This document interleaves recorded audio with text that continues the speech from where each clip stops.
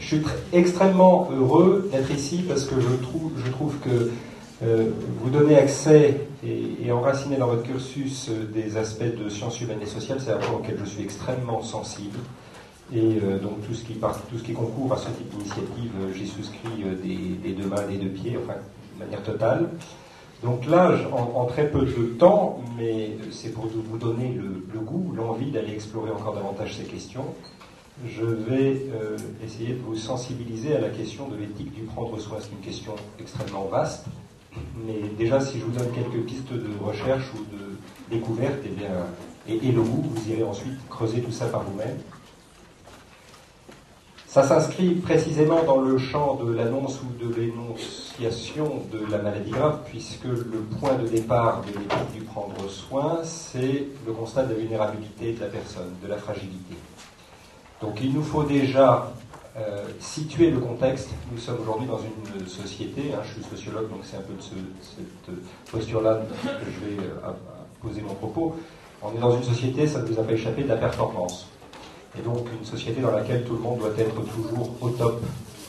Or, fatalement, pardonnez-moi le mot, mais fatalement, il arrive des moments où eh bien, on est fragilisé, on est mis à mal, parfois mis à terre, et en particulier quand on apprend que l'on est porteur d'une maladie grave ou d'un handicap grave. Alors je voudrais déjà vous inviter à distinguer dans votre esprit la notion de faiblesse et la notion de fragilité, c'est pas la même chose.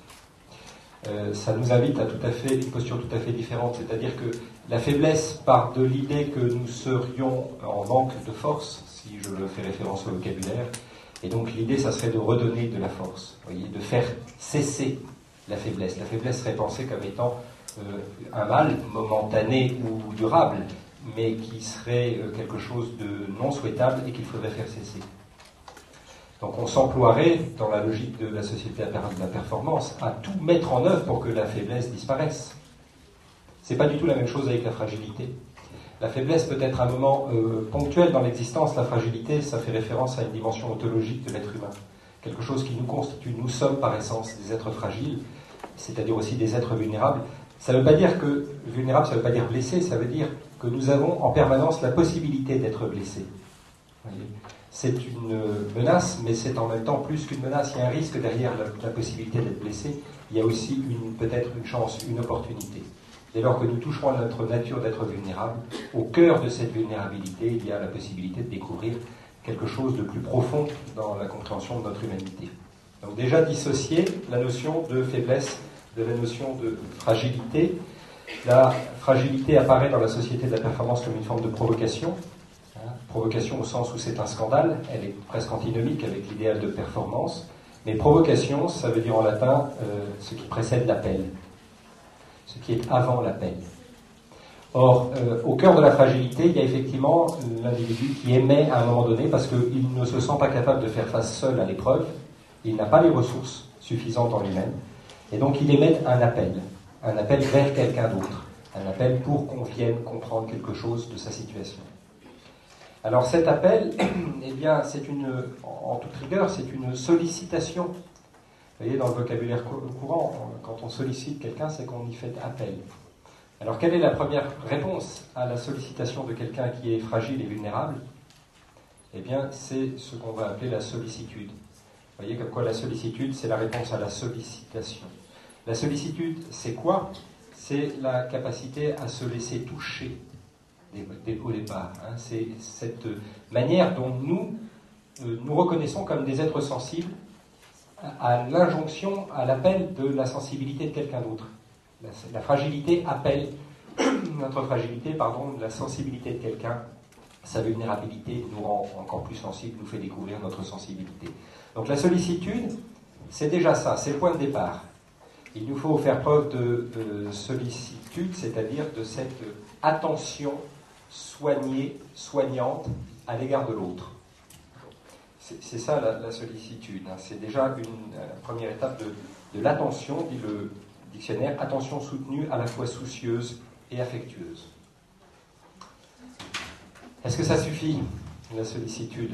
Probablement pas. Ça suppose deux choses. Déjà être capable de se laisser toucher, je l'ai dit, je ne m'appesantis pas là-dessus. Ça suppose une deuxième chose dans le registre éthique, c'est de se garder de la confusion des pathos. C'est pas parce que je suis touché par la vulnérabilité de quelqu'un, la maladie de quelqu'un, que je dois m'identifier complètement à lui. Donc une vigilance particulière est requise au cœur de la sollicitude, c'est celle de bien tracer les frontières entre son monde et mon monde, ce qui ne veut pas dire créer un fossé entre son monde et mon monde. Donc on a déjà là une posture éthique particulière, il nous faut être capable d'être proche sans être confondu avec l'autre. Quelle est la caractéristique ou le prérequis de la sollicitude? Pour faire preuve de sollicitude, il faut déjà être capable d'être on va utiliser un mot qui est difficile à définir, donc je ne m'appesantirai pas trop là-dessus ici aujourd'hui, mais on va dire en empathie. C'est-à-dire faire résonner la souffrance de l'autre sans pour autant qu'elle devienne la nôtre. Donc garder ce que Marie de Henzel appelait la distance intime. J'aime bien ce mot qui est plus juste à mes yeux que ce qu'on appelle parfois la juste distance, que je trouve un vocabulaire un peu froid. Donc trouver la bonne distance.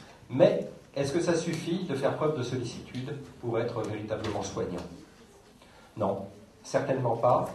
Même si la sollicitude peut consister à prendre une main, à être chaleureux à l'égard de quelqu'un, ça ne suffit pas. Je suis également bénévole en soins palliatifs et je sais qu'il ne suffit pas d'avoir un sourire gentil auprès de quelqu'un pour être véritablement soignant, pour véritablement prendre soin. C'est peut-être une condition, mais ça n'est pas suffisant.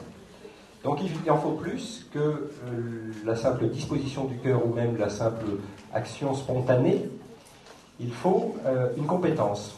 Alors cette compétence, elle a été théorisée en matière de prendre soin par les anglo-saxons autour de la notion de care, une notion qui vous est plus ou moins familière.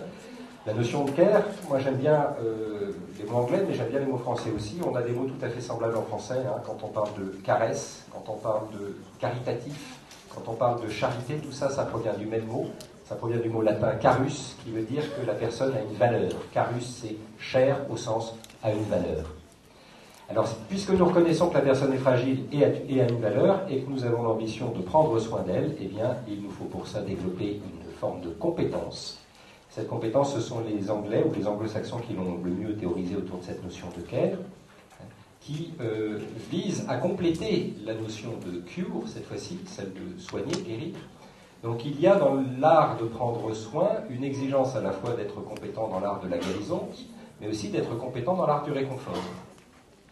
Alors tout ça, c'est très bien, mais je vous rappelle qu'on est dans une société de la performance et donc que les contraintes techniques et les contraintes économiques sont de plus en plus dominantes. Alors le piège aujourd'hui dans notre monde, c'est que la notion de care qui est très belle en soi devienne un peu dénaturée par les impératifs ou par les contraintes professionnelles et économiques. Et que même le fait de poser des actes de réconfort devienne un peu technicisé. Que le fait de faire des soins de confort, de faire des soins de bouche, de soigner des escarres, eh bien ça soit effectivement du soulagement qui aille au-delà de la guérison, mais il lui manquerait, ou il pourrait lui manquer encore quelque chose. Dans l'idée, non. Dans l'idée, le care rime avec le cœur, mais dans la pratique, on voit de plus en plus que eh bien, c'est difficile de ne pas se laisser happer par les exigences professionnelles, même en matière de réconfort. Donc il y a là un danger. Alors j'en viens à une troisième notion, parce que je surveille ma montre pour que on ait le temps des échanges. C'est une notion typiquement francophone et typiquement française, c'est la notion d'accompagnement, qui n'a pas d'équivalent dans le monde anglo-saxon, et qui nous dit quelque chose de plus que le care. Dans le care, surtout quand il devient professionnalisé, on dit aux soignants, gardez-vous, méfiez-vous, quand même, protégez-vous. N'allez pas trop loin dans l'élan du cœur à l'égard de la personne que vous entendez soulager, parce qu'il y a ce risque de la confusion. Il y a le boulot d'aimer, on pourrait dire. Alors, derrière la notion d'accompagnement, il y a quelque chose de très fort, c'est qu'au cœur de l'étymologie du mot accompagnement, il y a le mot avec, cum. Qu'est-ce que ça veut dire être avec quelqu'un? Ça veut dire prendre le risque de s'exposer. Être avec, c'est pas juste être posé à côté, c'est pas être non plus devant en lui disant je sais ce qui est bon pour toi, je vais te guider, ou être derrière en disant je vais t'englober. Être avec est une posture particulière il mérite une réflexion extrêmement fine. On peut se la poser en dehors du champ professionnel. Qu'est-ce que c'est qu'être réellement avec son enfant quand on est parent? Qu'est-ce que c'est que cette place particulière que nous nous entendons occuper pour créer ce lien qui se tient dans le mot « avec ». La haute exigence du mot « avec ». Alors, être avec, c'est prendre le risque de s'exposer sans pour autant s'exhiber. C'est là qu'est la difficulté. Quand vous entrez dans une relation en prétendant être totalement neutre, totalement dans un registre de protection, en héritage de certaines théories psychanalytiques où on pourrait prétendument être neutre. D'abord, nous ne sommes jamais neutres, hein. Même mon visage vous fait réagir, ma présence vous fait réagir, donc vous n'êtes pas neutre quand vous me rencontrez, je ne suis pas neutre quand je vous rencontre. La difficulté, c'est de ne pas se laisser aller à rêver qu'on pourrait être neutre, c'est d'explorer ce que ça veut dire qu'être vraiment là quand on est au chevet de quelqu'un, sans pour autant se perdre et sans pour autant le perdre. Et c'est ça qui se tient derrière les exigences de avec, et donc c'est ça qui se tient derrière les exigences de l'accompagnement. L'accompagnement n'est donc pas une posture professionnelle, l'accompagnement c'est ce qui vient donner toute la profondeur à un geste et à une posture professionnelle. Il y a une exigence de compétence et il y a une manière d'être au cœur de cette manière de faire. C'est ça la notion d'accompagnement. Une manière d'être dans une manière de faire. Alors ça suppose d'être capable de s'exposer, donc d'entrer en relation réellement. Pas simplement une relation professionnelle, mais une relation bienfaisante qui signale à l'autre qu'il est un être humain, qui a des affects, qui a des besoins psychiques, relationnels, et d'être celui qui va oser entrer en relation à ce niveau-là, à ce niveau de réconfort avec la personne. Pour lui signifier quoi? Mais lui signifier qu'il est encore un être de relation, qu'il n'est pas simplement un individu posé sur un lit en attente de recevoir des soins, qu'il est un être de relation, c'est-à-dire, si on rejoint tous les travaux autour de l'anthropologie du don, quelqu'un qui est capable de recevoir, de la part des soignants, mais quelqu'un qui est capable de rendre quelque chose, y compris aux soignants. Vous voyez ? Quand vous signifiez à quelqu'un qu'il est non seulement capable de recevoir, mais capable de rendre, vous lui rendez une part de sa dignité. Alors que quand vous signifiez à quelqu'un qu'il n'est capable que de recevoir, vous l'assignez à une position de débiteur qui est le plus souvent mal vécue. Donc, dès lors que vous osez la relation avec l'autre, en y mettant une part de vous-même, ça ne veut pas dire s'exhiber, j'insiste, mais ça ne veut pas dire non plus rester dans la froideur de la neutralité, alors il y a une circulation qui se fait, une circulation relationnelle qui est véritablement du soin. Je rappelle une des devises de la médecine, hein, guérir parfois, soulager souvent, réconforter toujours. Toujours. Réconforter toujours. Ça veut dire que dans le champ relationnel, la médecine est ultra ambitieuse. Elle prétend apporter sans faute toujours ce soulagement, ce réconfort, et ce réconfort passe par la création d'un lien. Alors c'est ça la notion d'accompagnement, ça se travaille, ça s'explique, on peut en faire une journée de cours rien que sur cette notion-là, mais c'est là-dessus que je voulais attirer votre attention. Et la posture d'accompagnement, je vais emprunter ça au Conseil supérieur du travail social. Ça n'a rien à voir, hein, le Conseil supérieur du travail social avec les études infirmières. Pour autant, les travailleurs sociaux, aujourd'hui, sont invités à rentrer avec les gens qui les accompagnent dans une posture d'alliance. Alors, dans le champ de la médecine, on parle d'alliance thérapeutique depuis longtemps, mais on doit aussi pouvoir parler d'une alliance relationnelle qui permet de goûter pour l'un, le patient, comme pour l'autre, le professionnel, à une qualité de présence qui soit mutuellement vivifiante. C'est ça l'enjeu. C'est dès lors que vous êtes nourri psychiquement, relationnellement, affectivement par le métier que vous exercez, le patient qui le ressent mesure à quel point il est encore quelqu'un d'agissant dans le cadre de cette société. Donc, en conclusion de mon propos, parce qu'il me semble que mon temps de parole touche presque à sa fin, et je vais peut-être même grignoter quelques minutes, l'idée c'est de dire que l'éthique du prendre soin, ça repose sur un triple pilier. Le premier pilier, c'est une sensibilité, c'est la sollicitude. C'est l'envie de répondre à la fragilité de quelqu'un parce qu'on a été touché, parce que nous sommes pris, saisis. Vous voyez, il y a un saisissement dans la sollicitude.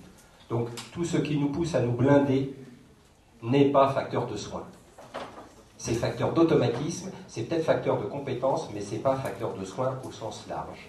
Donc, une sollicitude, une sensibilité. Le deuxième élément, c'est que la sensibilité tout seul, ça ne suffit pas. Donc il nous faut une compétence.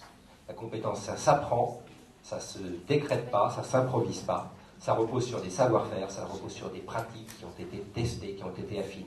Ça, c'est le care dans le champ du prendre soin. Donc, ça s'apprend. Et le troisième élément, c'est la conjonction presque des deux, c'est-à-dire qu'il faut que le care soit empreint de sollicitude. Et ça, c'est la notion d'accompagnement, mais qui va au-delà d'un care empreint de sollicitude, c'est-à-dire accompagnement, c'est prendre le risque de faire un bout de chemin avec l'autre. C'est prendre le risque de créer une relation, presque une alliance avec l'autre, pas forcément dans la durée, mais en tout cas dans l'instant, c'est-à-dire au moment où vous pratiquez un geste, qui est un geste thérapeutique, qui est un geste soignant, le cœur que vous y mettez et la manière dont vous vous exposez, dont vous vous livrez un peu à l'autre, est facteur de soin. Voilà ce que j'ai à en dire pour ce propos autour du prendre soin. Je vous remercie.